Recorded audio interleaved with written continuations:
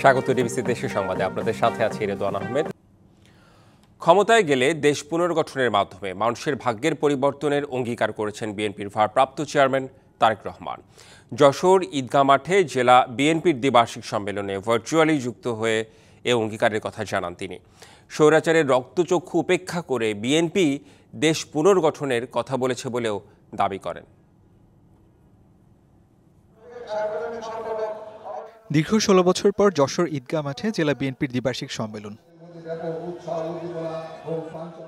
এতে ভার্চুয়ালি যুক্ত হয়ে বিএনপির ভারপ্রাপ্ত চেয়ারম্যান তারেক রহমান বলেন, সবাই সংস্কারের কথা বলেও একমাত্র বিএনপি স্বৈরাচারের রক্তচক্ষু উপেক্ষা করে দেশ পুনর্গঠনে কথা বলেছে। যখন দেশের লক্ষ লক্ষ মানুষের উপর অত্যাচার নির্যাতন চালিয়ে মানুষের ভোটের অধিকারকে হরণ করে ক্ষমতা দখল করে রেখেছিল, তখন তার সেই রক্তচক্ষুকে উপেক্ষা করে বাংলাদেশ জাতীয়তাবাদী দল দেশের মানুষের সামনে ৩১ দফা উপস্থাপন করেছে।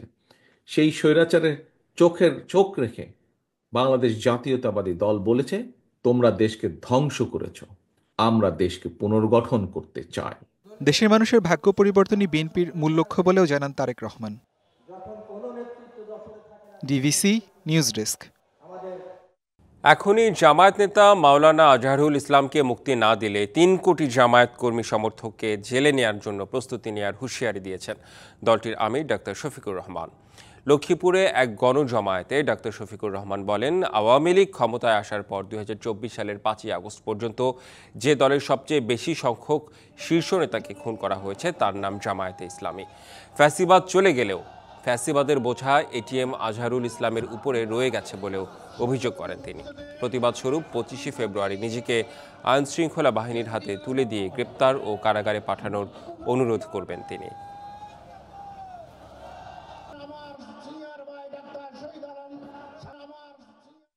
আজহার ভাইকে ভিতরে রেখে আমি আর বাইরে থাকতে চাই না।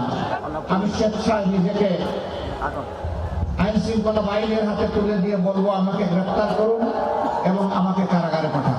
যদি মুক্তি না দেন, বাংলাদেশ জামাতে ইসলামীকে সরাসরিভাবে আক্রমণ করতে এই দেশের ৩ কোটি প্রাপ্তবয়স্ক মানুষ সমর্থন করে এই ৩ কোটি মানুষকে জেলে নেওয়ার জন্য প্রস্তুত হয়ে যাবে। রমজান সামনে রেখে চট্টগ্রাম বন্দর দিয়ে চাহিদার চেয়ে বেশি ভোগ্যপণ্য আমদানি হলেও কমছে না দাম। বাজার অস্থিতিশীল করতে বন্দরে পণ্য খালাস না করে সাগরে ভাসমান লাইটার জাহাজগুলোকে গুদাম হিসেবে ব্যবহারের অভিযোগ উঠেছে আমদানিকারকদের বিরুদ্ধে। এদিকে পণ্য বোঝাই ৭৮টি লাইটারের জাহাজকে সতর্ক করার পাশাপাশি ১৬টি জাহাজের বিরুদ্ধে মামলা ও জরিমানা করেছে ভ্রাম্যমাণ আদালত। জানুয়ারিতে বিপুল ভোগ্যপণ্য আমদানি হয়েছে, যা অনেক ক্ষেত্রে পুরো রমজান মাসের চাহিদার সমান। কিছু পণ্য আমদানি হয়েছে রোজার চাহিদার চেয়েও বেশি।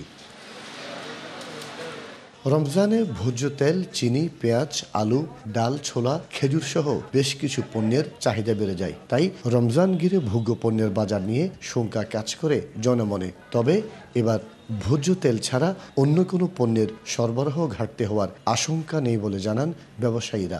কোনো পণ্যে কোনো সংকট নেই। এলসিতে যথাসময়ে যায় নাই, হয়তো যথাসময়ে মালটা আসে নাই, একটু গ্যাপের কারণে প্যাট বোতলের কিছু সংকট বাজারে দেখা দিচ্ছে। হয়তো আগামী সপ্তাহ শেষের দিকে গিয়ে যে সংকটটা সোয়াবিনের আছে, মানে পণ্য পাওয়া না যাওয়ার যে সংকটটা আছে, এটা অনেকটা কেটে যাবে। চলতি অর্থ বছরের প্রথম ৬ মাসে আমদানি হয়েছে ৬,৮৫,০০,০০০ টন পণ্য।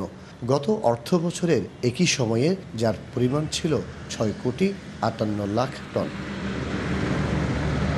অন্যান্য পণ্যের পাশাপাশি বিপুল ভোজ্য তেল আমদানি হলেও খুচরা পর্যায়ে সংকট কাটেনি বোতলজাত তেলের। প্রচুর পরিমাণ সরবরাহ বলতে তেল আছে, কিন্তু কোম্পানি তেল দিচ্ছে না দাম বাড়ার জন্য। চট্টগ্রাম বন্দরের বহির্নোঙরে খালাসের অপেক্ষায় পণ্যবাহী শতাধিক জাহাজ।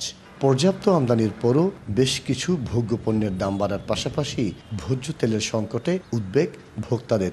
নিয়ন্ত্রণ বলতে কোনো জায়গায় কিছু নেই, যার পরিপ্রেক্ষিতে মানুষ এখন হিমশিম খাচ্ছে। যারা নিম্নস্তরের তারা তো একদম। এদিকে আমদানি করা কয়েক হাজার টন পণ্য নিয়ে ১ মাসের বেশি সময় ধরে সাগরে ভাসছে ২০০-র বেশি লাইটার জাহাজ। ভোগ্যপণ্যের বাজারে কৃত্রিম সংকটের চেষ্টা করছে অনেকে, তাই বাজার তদারকি জোরদারের পরামর্শ কাস্টমস কর্মকর্তাদের। এখানে সরকার মনিটরিং বাড়াতে পারে, মিল চালকরা কিভাবে এটা সংরক্ষণ করছেন এবং সরবরাহ করছেন এটা মনিটরিং করতে পারে ঠিকমতো। আমি মনে করি যে গ্রাহক ভোক্তা পর্যায়ে আপনার এটা কোনো ঘাটতি হবে না। গত ৩৩ মাসের মধ্যে গেল বছরের ডিসেম্বরে সর্বোচ্চ পরিমাণ পণ্য আমদানি হলেও পাইকারি ও খুচরা বাজারে শুল্ক সুবিধার সুফল পাচ্ছে না ভোক্তারা।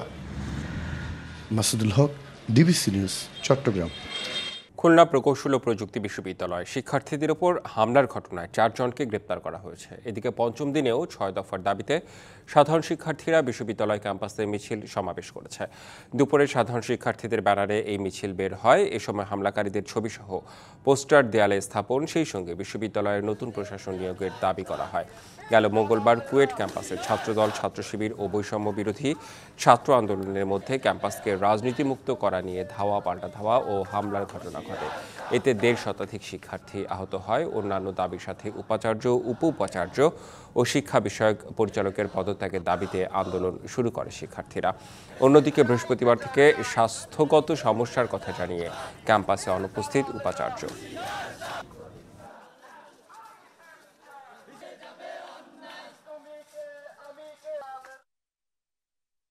গতকালকে আমরা ভিডিও ফুটেজে শনাক্ত করেছি যে আমাদের উপর শুধু রামদা চাপাতি দিয়ে নৃশংস হামলা হয়নি, আমাদের উপর গুলিও ছোড়া হয়েছে। আমরা যাকে অভিভাবক মনে করি, সেই অভিভাবক যদি আমাদের নিরাপত্তা নিশ্চিত করতেই না পারে, তাহলে সে অভিভাবক আমাদের কেমন অভিভাবক হলো? কেউ যদি তার দায়িত্ব পালন করতে ঠিকমতো না পারে, তার নিজের থেকেই পদত্যাগ করে দেওয়া উচিত।